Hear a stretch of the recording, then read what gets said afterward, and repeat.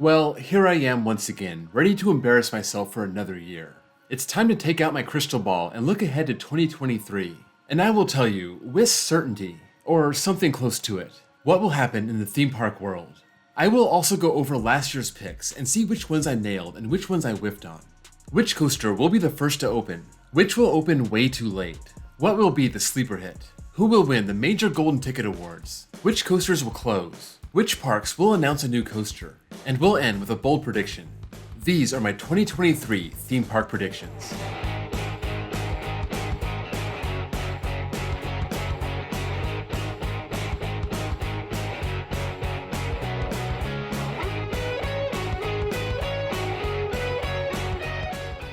Let's start with my predictions for 2022 and see how good or bad they were.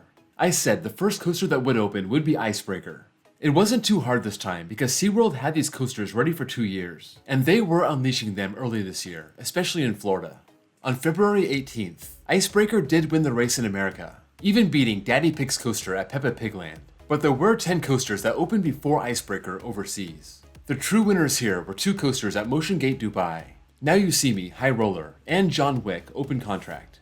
As for the coaster that would embarrass itself for opening way too late, I figured the Six Flags coasters were safe and they both opened in July. My pick was American Dryer Looping at Indiana Beach. I guess I was kinda right. That never even opened this year. Prairie Screamer at Trader's Village is also super late. And if I chose Air Force One or Tron, that would have worked also. Those are taking their sweet time and will get pushed to next year. My sleeper hit was Phoenix at Farouk Summerland. The awesome looking Vekoma Wildcat, basically a mini hyper. I also mentioned Guardians of the Galaxy Cosmic Rewind possibly being an elite coaster, but I don't think it quite made it there. Based on people's reactions, it seems to me the sleeper hit was Icebreaker, and that was a coaster I picked for this category back in 2020. I'm just really happy that all these SeaWorld coasters finally opened. As for the Golden Ticket Awards, I chose Iron Gwazi for the best new coaster, and that was in fact the winner. I also figured that the award for Best Steel Coaster, Wood Coaster, and Best Park would continue to go to Fury 325, Phoenix, and Europa Park, and that's exactly what happened. I threw out some sleeper picks just for fun. Velocicoaster for Best Steel, and that finished 5th. Voyage for Best Wood, and that finished 2nd. And Islands of Adventure for Best Park, but they don't share that list with us. For coasters that I predicted to close, I said Flashback at New England, T3 at Kentucky Kingdom, and Time Warp at Canada's Wonderland. Turns out, Wildcat at Hershey Park was the highest profile closure. For the parks adding new coasters, based on the coasters closing, I figured New England and Kentucky Kingdom would get replacements, along with Cedar Point, Six Flags Great America, Dorney Park, Dollywood, Knott's, maybe King's Dominion, and finally Energylandia to get their 20th coaster. That's a lot of parks, but it turns out a lot of parks did announce a new coaster for next year. I got Cedar Point right, along with Dollywood and Energylandia. The ones I missed are Worlds of Fun, Adventureland, SeaWorld San Diego, SeaWorld Orlando, Busch Gardens Williamsburg, and Canada's Wonderland. Finally, my bold prediction from 2022 was that we were going to see our first New Age Vekoma in the US. I was thinking this would come to New England, or Kentucky Kingdom, or King's Dominion. But in the end, it was Codaland that made this bold prediction pay off. I was thinking this would be a launch coaster. Turns out, Vekoma brought back their tilt coaster. Regardless, I'm happy to say a bold prediction finally paid off. Now for 2023. The first coaster to open will be Air Force One. There will probably be other coasters opening sooner overseas, maybe in the Middle East, but at least for North America, I'm thinking Air Force One. It should be done not too far from now. They'll get it tested and open early in the 2023 season. Maybe Pipeline at SeaWorld Orlando beats it, but with the head start, I think Air Force One wins the race. The coaster that will open way too late is a tough call this year. There aren't any Six Flags coasters that we can kick around, so I have to go off the board. I'm choosing Circuit Breaker at Codaland. Palindrome was supposed to open late in 2022. I was thinking maybe November, but back in July, the track was just barely being manufactured, so this looks to be a 2023 coaster for sure. I think if Circuit Breaker opens at all next year, it could be in the late fall. The sleeper hit had a few options. Madugani at Lost Island was supposed to open this year. It never did, but the more I look at it, the more I like its layout, so this could be surprisingly good. Anyone who rode this at Lisa Burr can tell me how it is, but I'm basing this on the off-ride footage and the POV. Big Bear Mountain at Dollywood has almost 4,000 feet of track, so even for a family coaster, it could be an impressive ride, just like how people were impressed with Dragonflyer. My sleeper pick is the new Intamin coming to Parque Warner Madrid, Gotham City Escape. This will don a Batman theme, and it looks a lot like Velocicoaster. This doesn't seem to be getting a lot of play, but it will almost for sure be amazing. Now for the Golden Ticket Awards. For Best New Coaster, I'm going right back to Gotham City Escape. I think Air Force One has a shot. That may even be the favorite. Same with Wildcat's Revenge and Tron at Magic Kingdom. But as long as these awards aren't too overly American-centric, this Batman-themed Intamin launch coaster should be in the mix. As for Best Steel, Wood, and Park, once again, my official predictions are Fury, Phoenix, and Europa Park.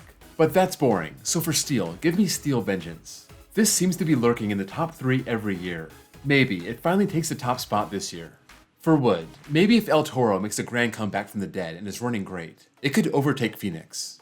For Best Park, I'm going back to predicting Cedar Point. Their new boardwalk section will get a lot of attention, and if it's very impressive, maybe the votes swing in its favor. How about coasters that will close down this year? It was a very thin group in 2022, the only real coaster of note being Wildcat. I'm taking Six Flags completely off the board. Until they're ready to build new coasters, I can't imagine them taking anything out unless they have no choice. I have no reason to believe that any of their coasters are hanging by their last thread, so their coasters may be safe for yet another year. I think 2023 may be the last year for Possessed at Dorney Park. If they get that shuttle wooden coaster after all, it seemed to be at the expense of Possessed. If Wicked Twister was any indication, this will be scrapped and not relocated. I also heard that Arkansas Twister at Magic Springs was down a lot this year. It makes me wonder if they're getting ready to scrap this. It would be amazing if that meant that RMC was coming in for a facelift, but I wouldn't be surprised if they just tore down the old relocated wooden coaster. From last year, I said Flashback, but I don't want to choose any Six Flags coasters. I also said Time Warp, but they just announced a new family coaster, and I doubt they'll take it out without replacing it. The only one left is T3, and that could still happen. I also think Hurler at Carowinds may be on its last leg. It could be RMC'd or replaced with something new. Now for parks that will announce a new coaster. I think it will be Knott's Year. They were rumored for a Giga, then that turned into a Hyper, and if those plans are approved, they may announce it by the end of the year. I mentioned Dorney Park's new wooden coaster spelling doom for Possessed, and it would be very disappointing if this plan never came to be. I'm still holding out hope. Six Flags Great Adventure may be getting something big for their 50th anniversary. Salim Basul said it would be a big year for them, which could mean anything, but it's possible they get that 50th anniversary coaster like Worlds of Fun did. Overseas, I think Energylandia is always a safe pick. Their next coaster will break the record for most coasters in a park, and I think they do it. I also think Alton Towers' Secret Weapon 9 could be announced, and it may be an indoor coaster. SeaWorld seems to not be slowing down, even after COVID. They have new coasters coming to 3 of their 5 major parks in 2023, so my pick is Busch Gardens Tampa, who's only getting a Screaming Swing this year. Silver Dollar City may be due. Kinda depends what they're doing with Fire in the Hole. Regardless, it would make sense for them to announce a new coaster soon. Last one, and kind of my out on a limb pick, but Knoebels is due for a new coaster. Their last one was in 2015, so 9 years seems about right. Holiday World is in the same boat, and their last gap was exactly 9 years also. Let's wrap this up with a bold prediction. I think we will see our first full Titan Track coaster. Whether it be a complete retrack of an existing coaster, or something from the ground up, GCI has been toying with Titan Track over the last 2 years. We've seen it introduced on Wolverine Wildcat and Predator, and Zambezi Zinger is being built with some of it already on there. At some point, a park will want a fully steel track wooden coaster, just so they don't have to deal with the maintenance. I think that could happen as early as next year. Maybe it's in Europe, or Asia, or America, who knows, but that's my home run shot. That's all for my 2023 predictions. Let me know if you agree or disagree, where I'm way off or spot on. Let me know in the comments below. If you enjoyed this video, please drop a like, and if you're new here and love bad predictions, please consider giving me a sub. I'll hold myself accountable at the end of next year.